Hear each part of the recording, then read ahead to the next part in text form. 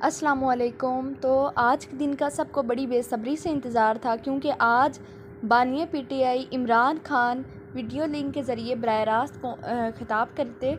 Supreme court की तरफ से हमें वीडियो लिंक दिखाए जाने थे, लेकिन अभी तक टीवी पे हमें ऐसी कोई ख़बर देखने को नहीं मिली। तो यूट्यूब चैनल्स पे दिखाया जा रहा है। मैं आगे भी आपको वीडियो शेयर करूँगी, दिखाऊंगी, लेकिन फ़िलहाल इमरान खान की ये तस्वीर फ़िलवक्त इतना ही दिखाया गया है। देख सकते हैं कि उनकी हालत वो बहुत काफ़ी कमज़ोर दिखाई दे रहे हैं।